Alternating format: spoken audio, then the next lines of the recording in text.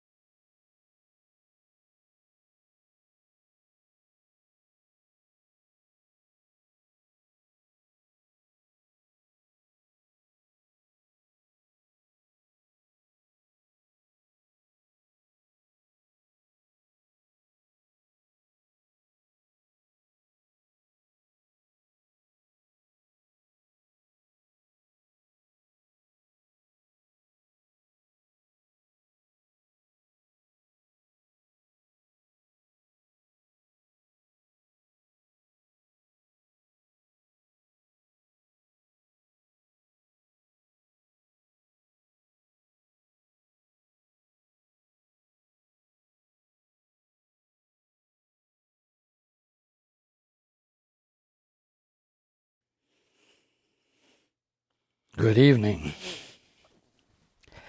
and welcome to everyone who's joining us on the internet.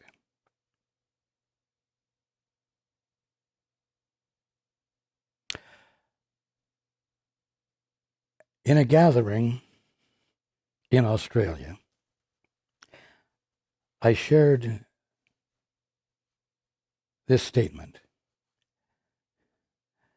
I am the Christ, but I am not a Christian.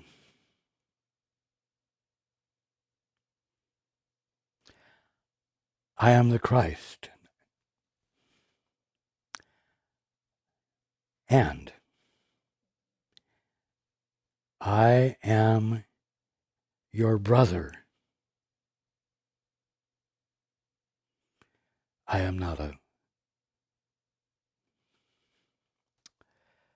Catholic.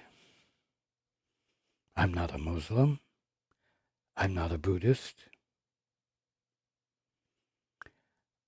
I am your brother. And no matter what church you go to, no matter what religion you embrace,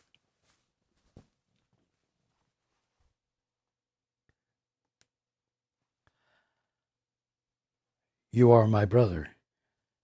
You are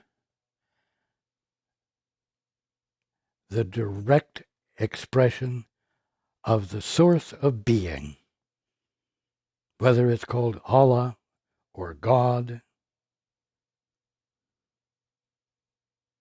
no matter what the name. The first cause, that before which nothing was or is. You are not responsible for your being. The divine source is. And as the direct expression of that divine source, you are the Christ. You are my brother. And I am yours. This brotherhood is undivided. The color of one's skin, the religious faith one embraces. Makes no difference. It changes not what you are. Because that which is embracing God in whatever form it's done is what I'm related to. And it is what every one of you is related to each other. And this brotherhood is one. This brotherhood is unified. The multiplicity of individualities does not constitute special differentness.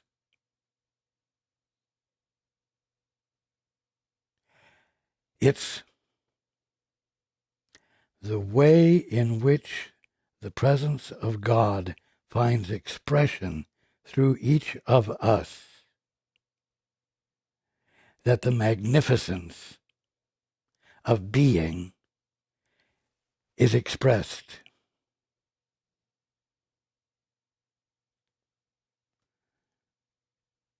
Now, this is the truth.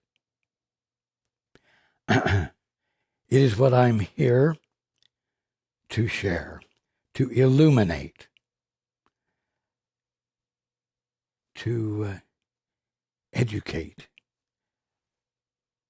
to bring forward. And as each one of us chooses to connect with the divinity of each of us, as each one of you connects with the divinity in you, your connectedness with God, you do not become a sameness. You do not then become a brotherhood of monotonous sameness. Because the wholeness of God finds expression through individuality, which is indivisible. It takes every single one of us to be the brotherhood. It takes every single one of us to be brothers and sisters relating to each other from our brotherhood, our brotherliness, our familyness. And this is what is on the threshold of mankind's experience.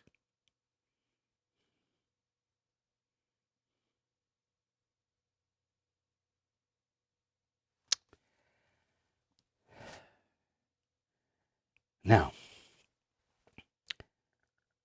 at the present time, it would seem that the brotherhood, that mankind, as it were, as a whole, is greatly conflicted. Brotherhood, unity, is not being experienced, and the opposite is being promoted. Separation, nationalism, division, walls, us and them, acceptable and unacceptable, allies, enemies. And the suggestion is that to overcome the dissonance, further disintegration must occur. Further disintegration, the undoing of harmonious alliance must be brought to the fore.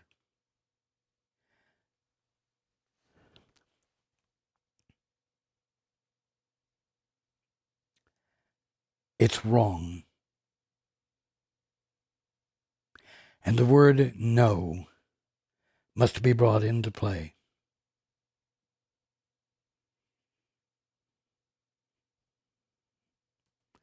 Now, it's important for me to be very clear. When you listen for the voice for truth, when you set aside your educated and conditioned thinking, and you become silent so that you can reach for the divinity of yourself, the Holy Spirit in you. When you do this, you will not become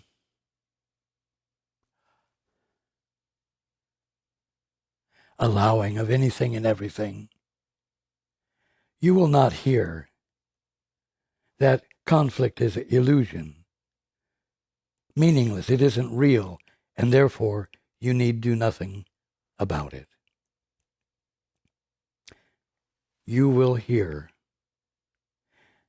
that intelligence is essential and unintelligence must be rejected. You will hear to say yes to intelligence and no to unintelligence. When you listen for the voice for truth, the voice for truth at times is going to say no. And you must voice it.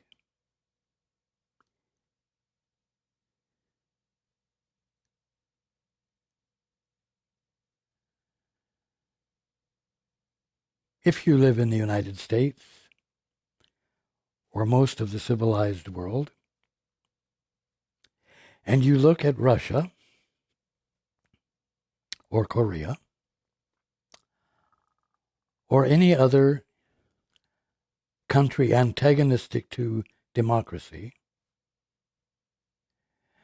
you will have no problem saying that the leaders of those countries must be stopped in their attempt to undo this democracy. If you live in Russia or North Korea or in the United States, even, you will find those who say that democracy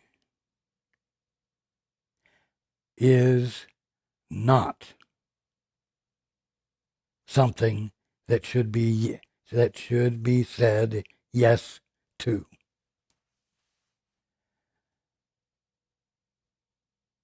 The underpinnings of democracy, which really means the harmony of the infinite oneness of the brotherhood,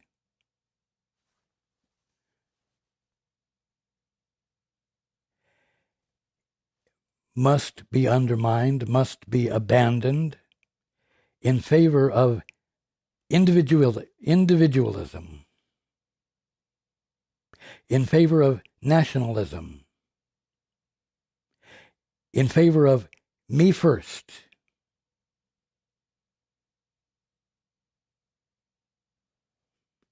And it's being presented as though this is a forward step, a step that it has taken too long to embrace and actualize. It is being presented as though it is the modern, advanced,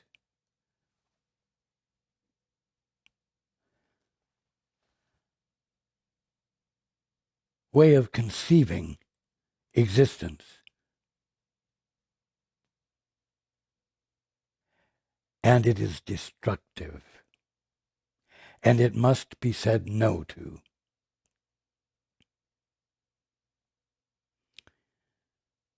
Those who value intelligence, integrity, honesty, must say no to dishonesty and the absence of integrity and the aggressive expression of unintelligence.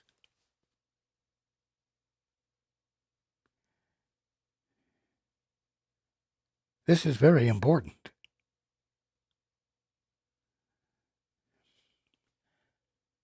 You must realize that the ego,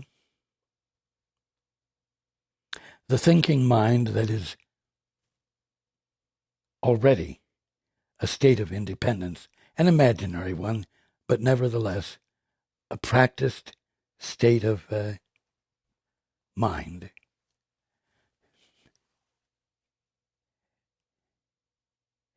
is intent upon saying no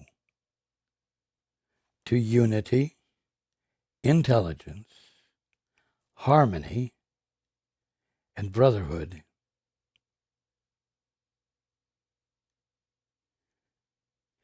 It says no to everything that would bring forth and illuminate the presence of God and restore everyone back to their right mind. The ego is a denial of the divinity, the holiness, the Christhood of every single individuality. Its job is to say no to God and yes to arrogant, independent, self-satisfied, self-seeking,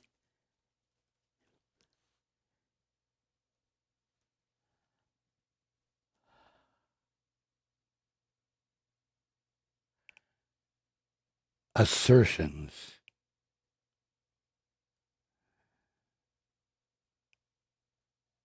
Made for the purpose of being in control.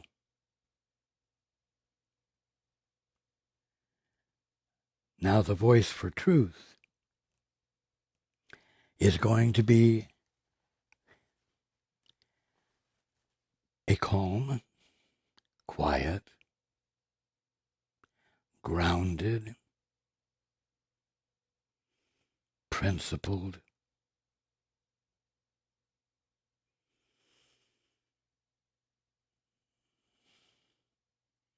unchallengeable no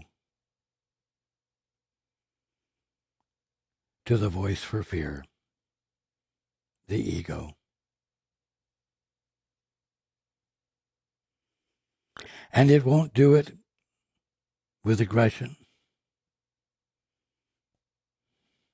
It will do it by saying yes to God, by giving the attention to that which everything is the effect of, the manifestation of, the expression of.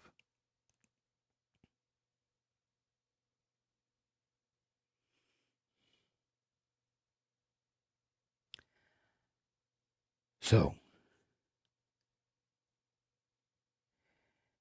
it's very important. It is absolutely essential at this time to say no to divisiveness, to boundaries, to distinctions of us and them. And there must be a vocal demand, an expression of the need for that which reduces fear so that intelligence can be shared and restores to the brotherhood the presence of love that everyone who is in a state of fear feels the loss of. Right now, the promotion of division, separation, independence is appealing to fear. Fear felt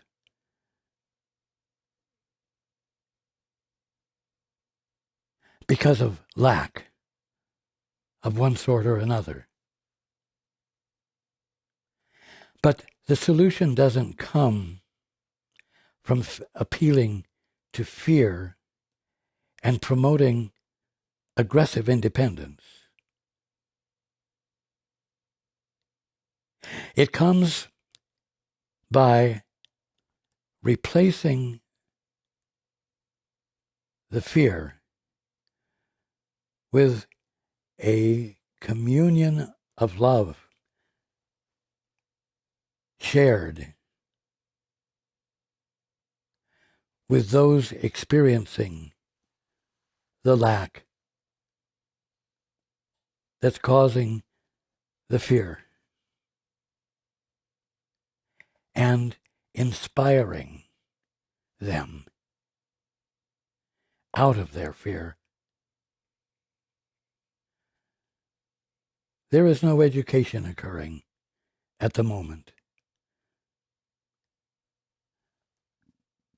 There is no promotion, at least not with the depth and breadth that's called for, of that which inspires and illuminates cause for hope.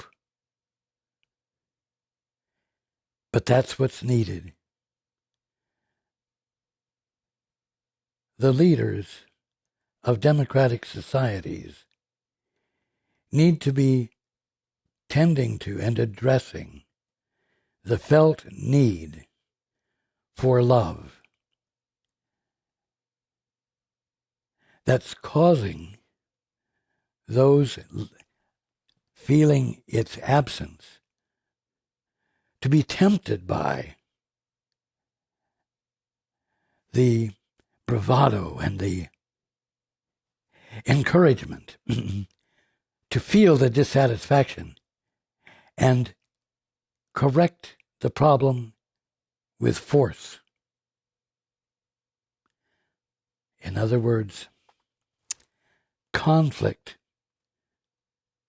with each other, conflict between the suffering ones and the abundant ones, as it's perceived.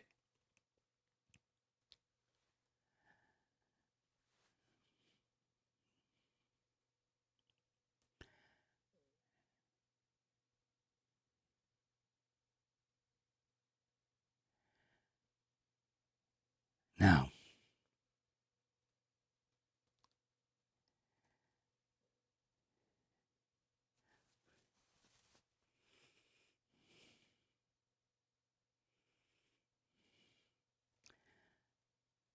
I can't put it any more succinctly than that.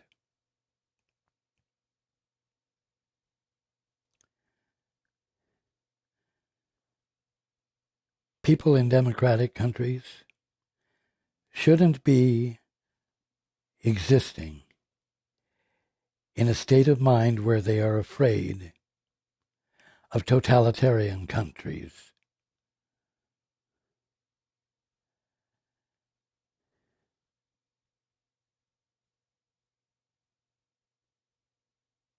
And those in totalitarian countries need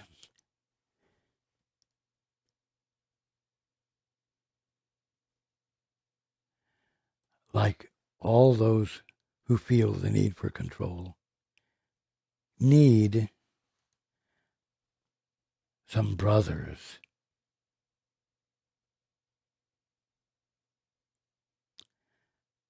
You see, not Christians or Mohammedans or Buddhists or Catholics or whites or blacks or yellows or reds.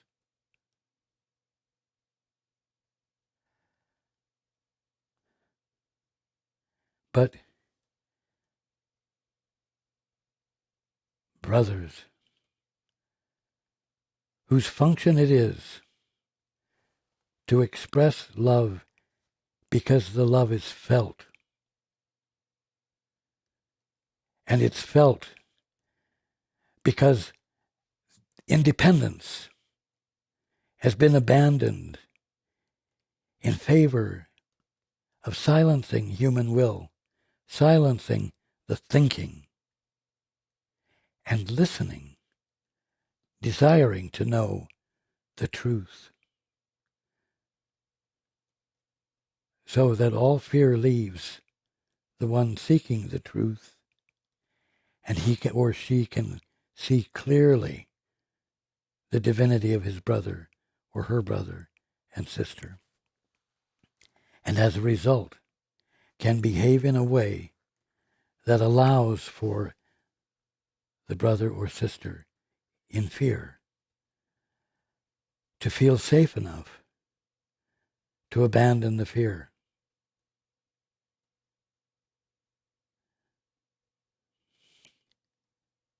This is the way it works. This is the crux, which I've described as a threshold that we're moving over.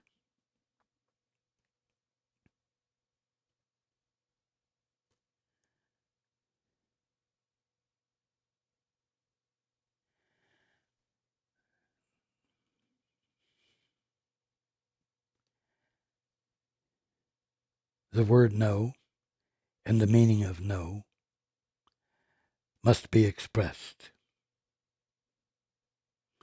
The unwillingness to embrace and validate what is unchristlike in your brother or sister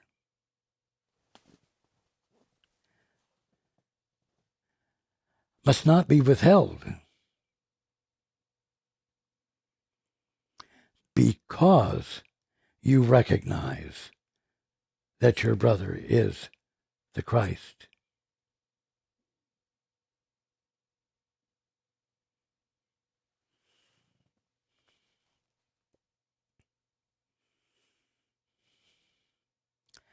You know,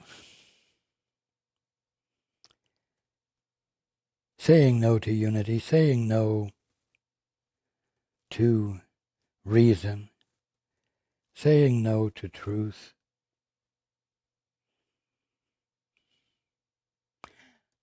cannot accomplish healing, cannot accomplish resolution,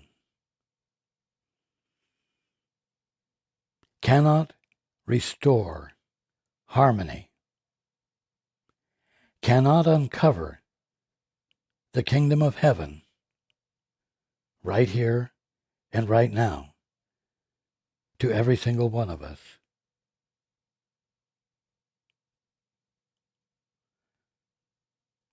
Don't tolerate it.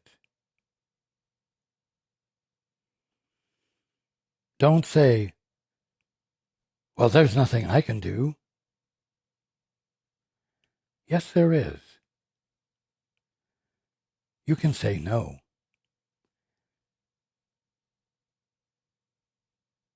With every fiber of your being, you can refuse to validate the unchristlike in the Christ, which is every single one of us. And the unchristlike behavior must be stopped.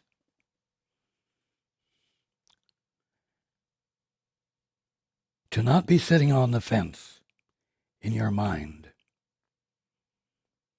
To be clear in your mind because you've chosen to listen for the voice for truth. Is the leaven that will leaven the whole lump. That will restore harmony. Because the fewer there are, the fewer and fewer and fewer there are who are choosing to operate from a stance of separateness from the Father, weakens the capacity of the remaining independents, TS, to maintain their imaginary stance.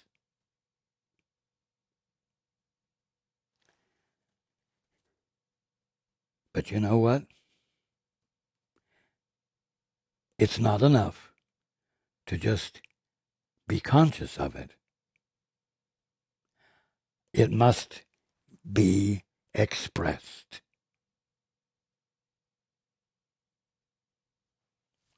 The voice for fear is not hesitating to express itself. And in a way, it's feeling overwhelming because it's getting such publicity. Well, the voice for truth needs to be expressed because it is healing. And it is healing because it is educational. It is healing because it illuminates reason and intelligence and principle and love and indivisible life.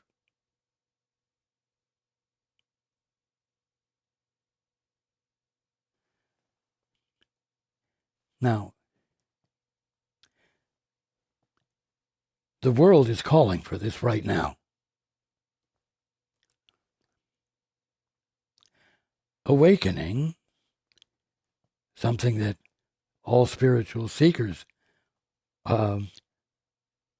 happily embrace the seeking of, is called for. That which everyone is wanting to embrace and actualize, we'll say, is the thing that is called for right now. In rather desperate ways on your globe.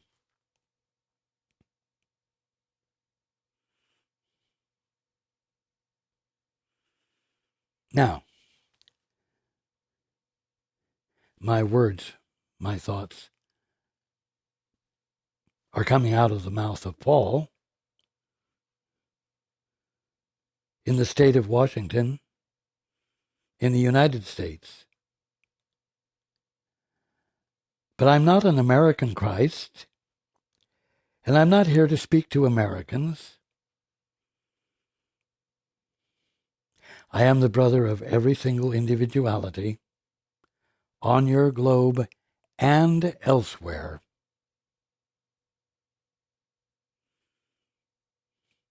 I am your brother. You are my brothers and sisters. Because we have the same Father, and our Christhood is derived from him.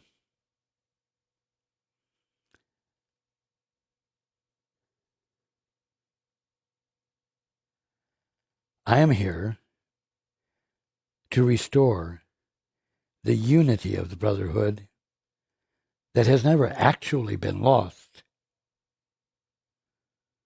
but the experience of it, and we'll say the memory of it, seems unavailable because there is so much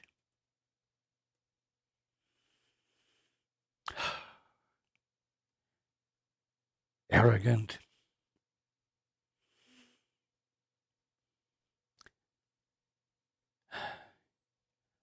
self-serving, manipulative, controlling behavior being practiced with great commitment for no good reasons.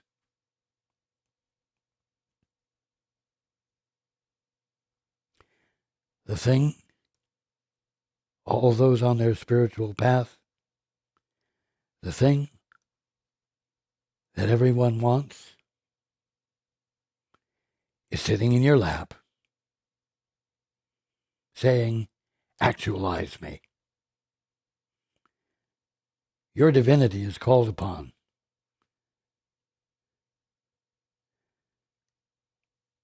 And instead of seeking it, it's time to let it in and out. Let it fill you up and let it find expression through you, unequivocal expression.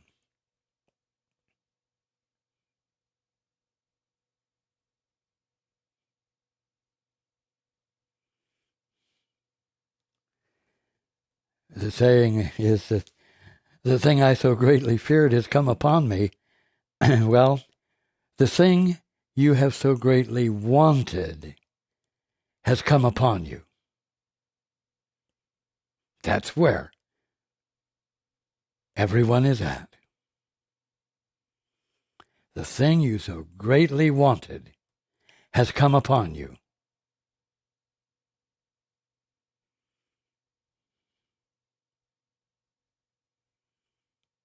It's time to be the miracle.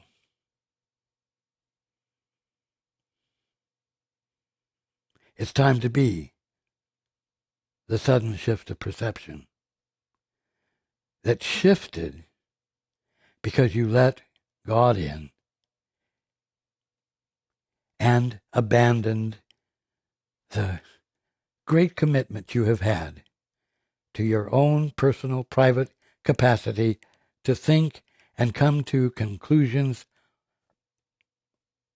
imaginative though they are, all by yourself.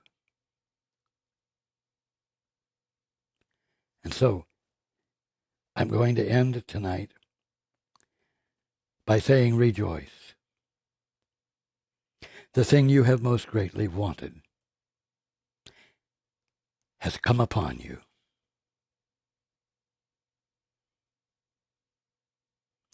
I love you all, and I look forward to being with you next time.